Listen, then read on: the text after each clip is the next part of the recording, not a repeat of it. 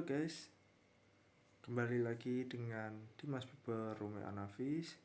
Di sini saya ingin memberikan semacam materi, yaitu sistem informasi eksekutif. Yuk mari kita simak selanjutnya. Nah, untuk sistem informasi eksekutif itu apa sih? Nah, untuk sistem informasi eksekutif adalah eksekutif yang memang diterangkan secara bebas, yang sering dikaitkan dengan perencanaan dan jangka panjang dan berorientasi pada kesejahteraan perusahaan. Jika tidak ada sistem informasi eksekutif dan hanya ada sistem informasi fungsional, manajer puncak akan menerima semua informasi dari subsistem fungsional, dan para eksekutif harus menyarikan dan mensintesiskan data menjadi suatu bentuk yang berarti bagi mereka. Sistem informasi eksekutif membebaskan eksekutif dari tugas tersebut. Nah, ini untuk pandangan tentang apa yang harus dilakukan oleh eksekutif.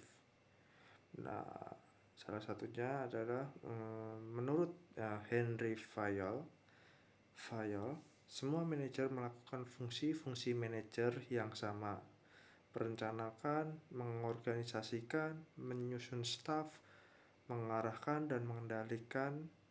Perencanaan sangat ditentukan pada tingkat eksekutif, sedangkan fungsi-fungsi lain oleh tingkat yang lebih rendah.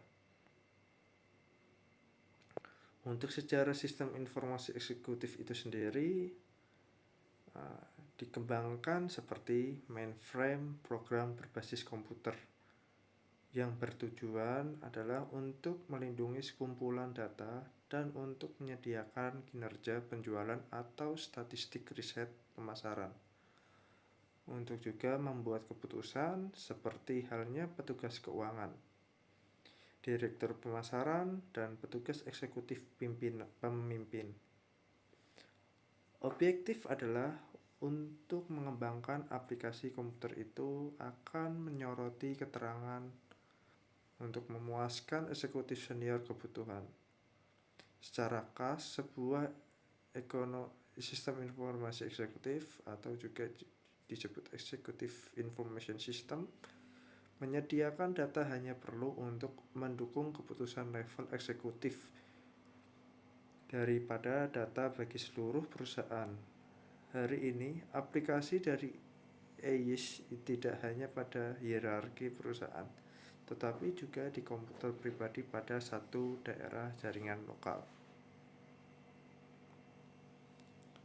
Nah, untuk komponen sistem informasi eksekutif secara umum itu tergolong dari hardware atau perangkat keras.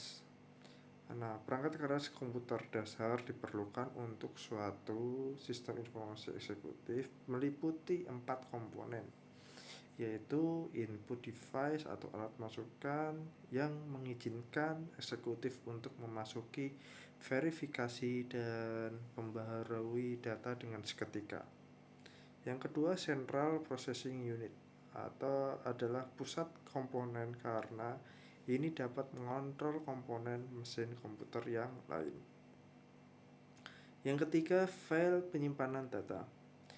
Eksekutif dapat mempergunakan ini secara terpisah untuk menyimpan keterangan bisnis, dan bagian ini juga dapat membantu eksekutif mencari keterangan informasi bisnis historis dengan mudah. Dan yang keempat, output device atau alat keluaran. Eksekutif dapat menggunakan alat ini untuk membaca rekaman visual, dan sistem ini memerlukan dukungan dan hardware komputer yang tidak begitu mahal. Alat ini juga dapat meningkatkan akses dari keterangan EIS untuk banyak pengguna yang lain dengan suatu perusahaan. Selanjutnya yaitu software, atau bisa disebut dengan perangkat lunak. Perangkat lunak dasar yang diperlukan untuk satu EIS meliputi 4 komponen juga. Yang pertama, teks yang mendasari perangkat lunak. Bentuk paling umum dari teks dapat didokumentasikan. Yang kedua, database. Database heterogen bercokol pada satu jangkauan spesifik. Vendor dan platform komputer membuka akses eksekutif bagi eksekutif. Yang ketiga, dasar grafis.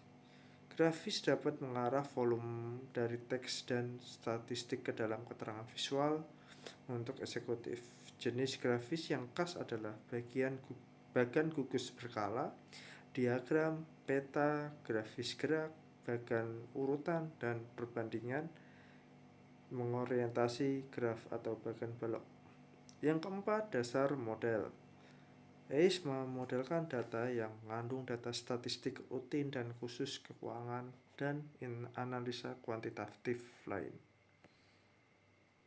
Konsep dasar sistem informasi eksekutif ada 3 konsep yang perlu dibahas, yaitu faktor-faktor penentu keberhasilan atau critical success factor, management by exception, dan model mental. Dengan penjelasan sebagai berikut. A. Faktor penentu keberhasilan atau critical success factor adalah hal-hal faktor yang menentukan keberhasilan atau kegagalan segala jenis kegiatan organisasi. Faktor-faktor ini dalam setiap perusahaan berbeda-beda tergantung dari kegiatan yang dilakukan. Tahun 1961, di Donald Daniel dari McKinsey dan Company menciptakan faktor-faktor keberhasilan. Faktor-faktor ini bervariasi dari satu perusahaan ke perusahaan lain.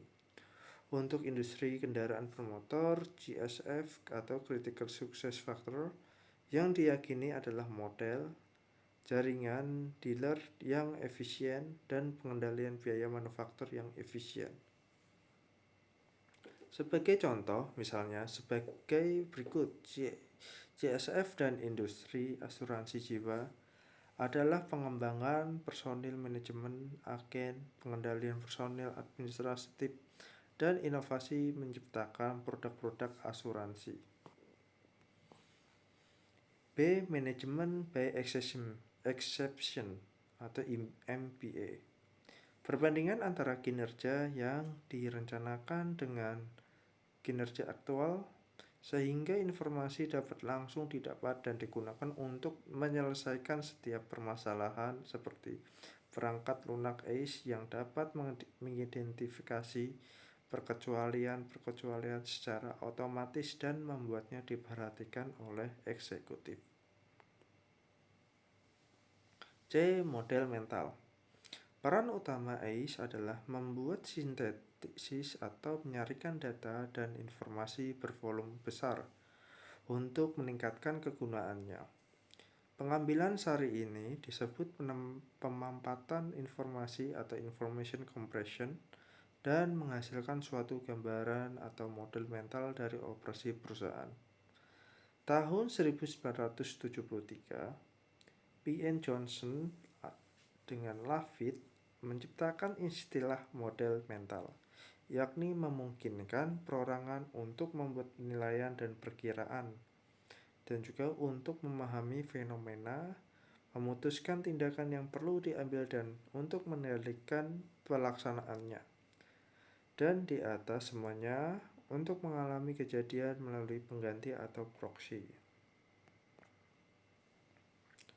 Faktor-faktor penentu keberhasilan sistem informasi eksekutif, yaitu Rocard dan DeLong mengidentifikasi 8 faktor penentu keberhasilan ACE, yaitu 1. Sponsor eksekutif yang mengerti dan berkomitmen.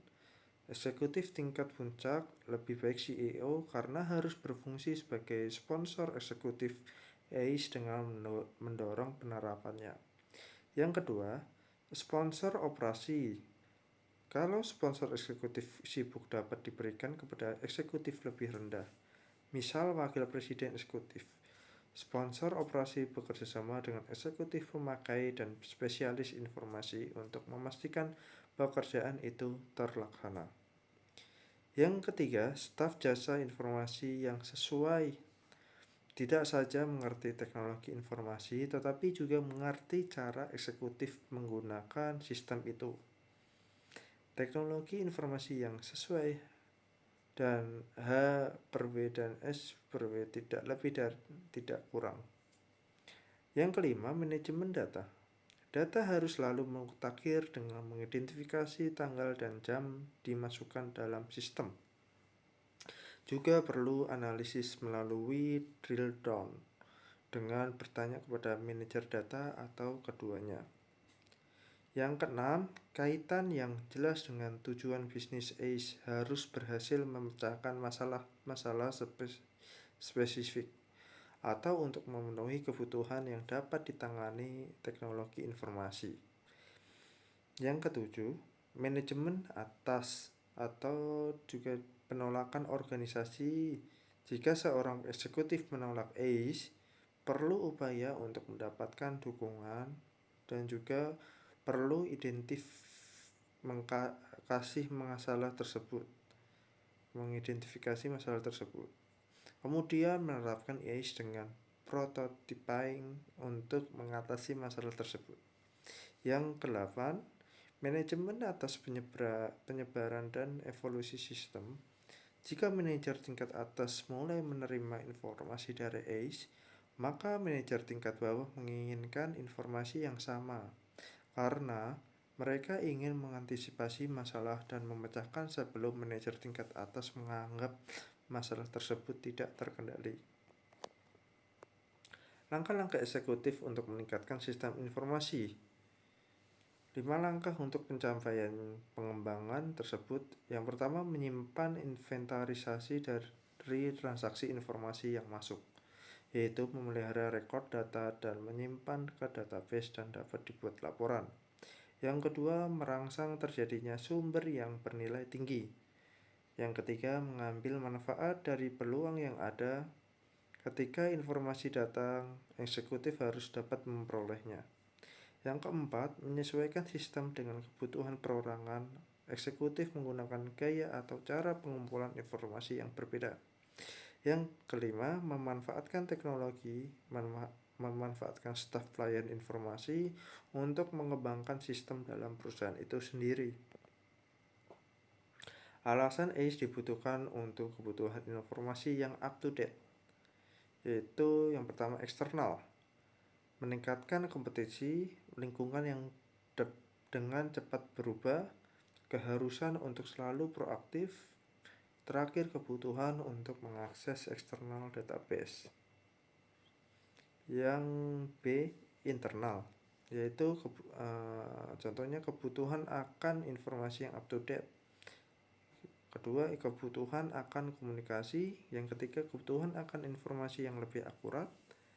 Yang keempat, kebutuhan untuk meningkatkan keefektifan.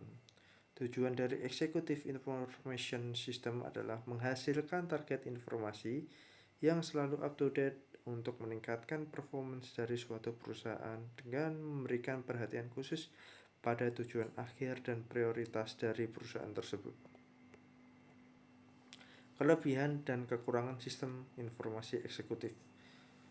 Berikut untuk kelebihannya. Yang pertama, mempermudah para eksekutif untuk menggunakan pengalamannya dalam dunia komputer. Yang kedua, menyediakan pengiriman tepat waktu dari keterangan rangkuman perusahaan. Yang ketiga, keterangan yang disediakan semakin mudah dimengerti. Yang keempat, biasanya menawarkan efisiensi untuk membuat keputusan. Yang kelima, melakukan penyaringan data untuk manajemen. Yang keenam, meningkatkan pemeriksaan keterangan. Yang ketujuh, dapat mengakses dan memadukan jangkauan data internal dan eksternal yang bersifat luas. Sedangkan untuk kekurangannya, yang pertama, memiliki fungsi yang terbatas, tidak dapat melakukan perhitungan kompleks. Yang kedua, pada perusahaan kecil mungkin membutuhkan biaya lebih untuk membuat implementasi. Yang ketiga, karena sistemnya besar sehingga sulit untuk mengaturnya. Yang keempat, pembuatannya harus dapat memenuhi kebutuhan informasi bagi eksekutif senior. Yang kelima, eksekutif mungkin menghadapi beban terlalu berat untuk membuat keterangannya. Contoh beserta alasan penggunaan SCA pada suatu perusahaan. Di Indonesia sudah banyak perusahaan yang telah menggunakan sistem informasi eksekutif, contohnya yaitu Bank Mandiri ya. Bank Mandiri yang didirikan pada tanggal 2 Oktober 1998 merupakan bagian dari program restrukturisasi perbankan yang dilaksanakan oleh pemerintah Indonesia. 4 bank milik pemerintah yang bergabung menjadi Bank Mandiri tersebut adalah Bank Bumidaya, Bank Dagang Negara, Bank Ekspor Impor Indonesia, dan Bank Pembangunan Indonesia. Dari penyatuan 4 bank pemerintah yang memiliki core banking system yang berbeda-beda, data center yang berbeda-beda, serta infrastruktur baik hardware, software, maupun jaringan yang berbeda-beda, maka pada awal Bank Mandiri melakukan evaluasi atas core banking system dari keempat bank legasi. Dan pada akhirnya Bank Mandiri memutuskan untuk mengembangkan SCA-nya dengan cara memodifikasi sistem core banking Bank Exim atau BES untuk memenuhi kebutuhan standar produk awal Bank Mandiri yang kemudian disebut dengan Master Bank Mandiri Sistem Terpadu. Berdasar hasil evaluasi atas core banking system dari keempat bank legasi tersebut, sistem core banking Exim lah yang dianggap terbaik dari keempat sistem yang ada pada keempat legasi bank, dan yang paling memungkinkan untuk direkomendasikan sebagai standar sistem paling memungkinkan untuk diimplementasikan sesuai dengan time frame legal measure. Sistem core banking Bank Exim telah diimplementasikan pada lebih 200 cabang dan terdapat 40 karyawan Bank Exim memahami sistem tersebut dengan baik. Master hanya sebuah solusi sementara jangka pendek untuk dapat secepatnya beroperasi dalam satu platform. Master tidak dapat mendukung kebutuhan bisnis dan visi Bank Mandiri untuk masa mendatang karena Master dibuat pada pertengahan tahun 1980-an untuk keperluan bank dengan segmen korporasi, sedangkan Bank Mandiri menyasar pada segmen yang berbeda dengan Bank Exim, yaitu segmen retail.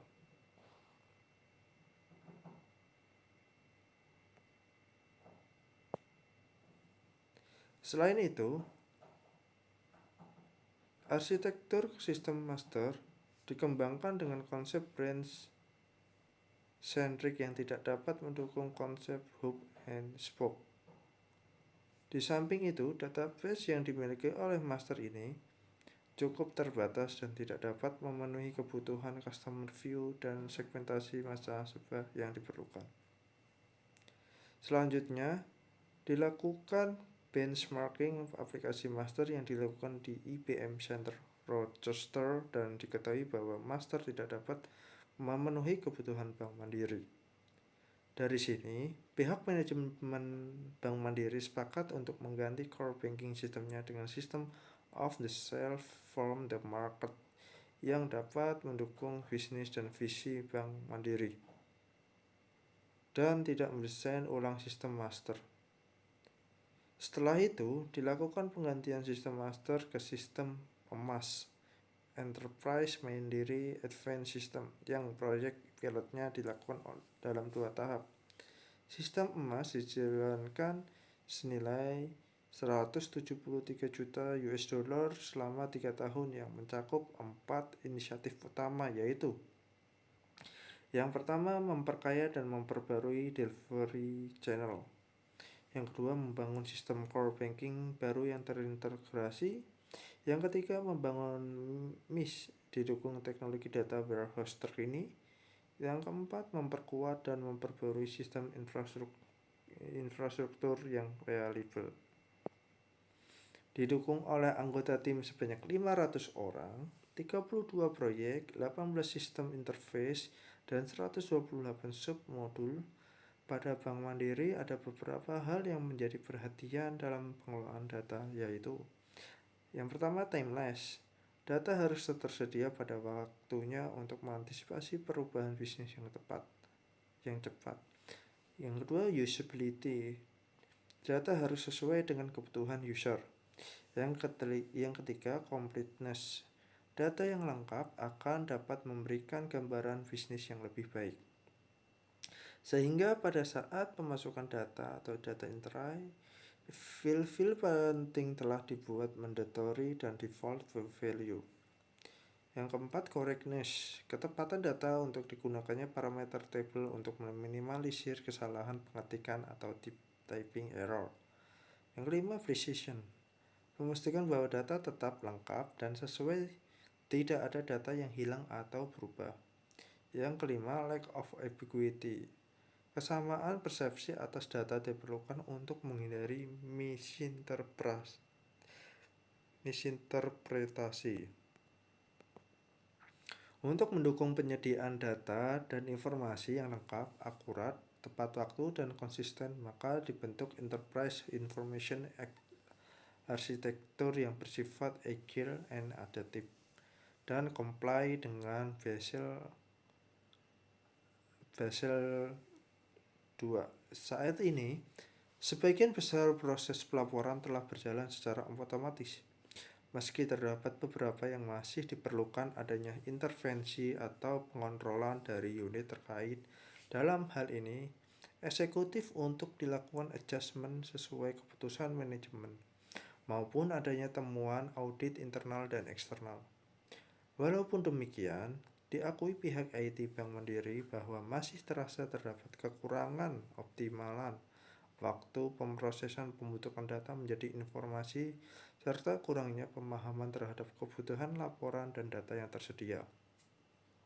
Untuk itu, diperlukan upaya performance tuning pada database maupun program, termasuk simplifikasi laporan dan reengineering proses pembentukan laporan. Pihak Bank Mandiri telah melakukan pengantisipasian external shock dengan menggunakan business intelligence. Saat ini, analisis business intelligence sudah digunakan oleh unit bisnis untuk pengambilan berbagai keputusan strategis. Meskipun sementara ini penggunaannya masih dalam tahap sales dan marketing produk.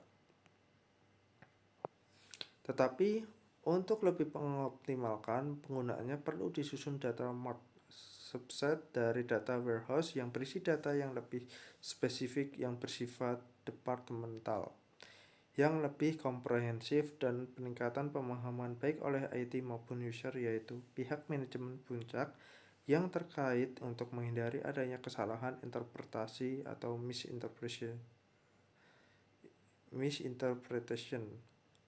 Semua sistem informasi eksekutif PT Bank Mandiri dikembangkan oleh BRK Team dengan teknologi yang digunakan adalah DB Server, Oracle DB10G, R2 di Sun OS. Dan juga ada IBM Datastage sebagai engine ETL, OLAP Cube atau MOLAP, Essbase Oracle, dan juga front end SAP Excelsius BO dan SAP BO WB.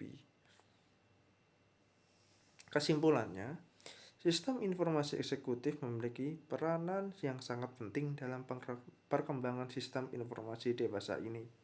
Sistem informasi eksekutif merupakan sistem terkomputerisasi yang memberi eksekutif akses yang mudah ke informasi internal dan eksternal yang relevan dengan faktor keberhasilan kebutuhannya.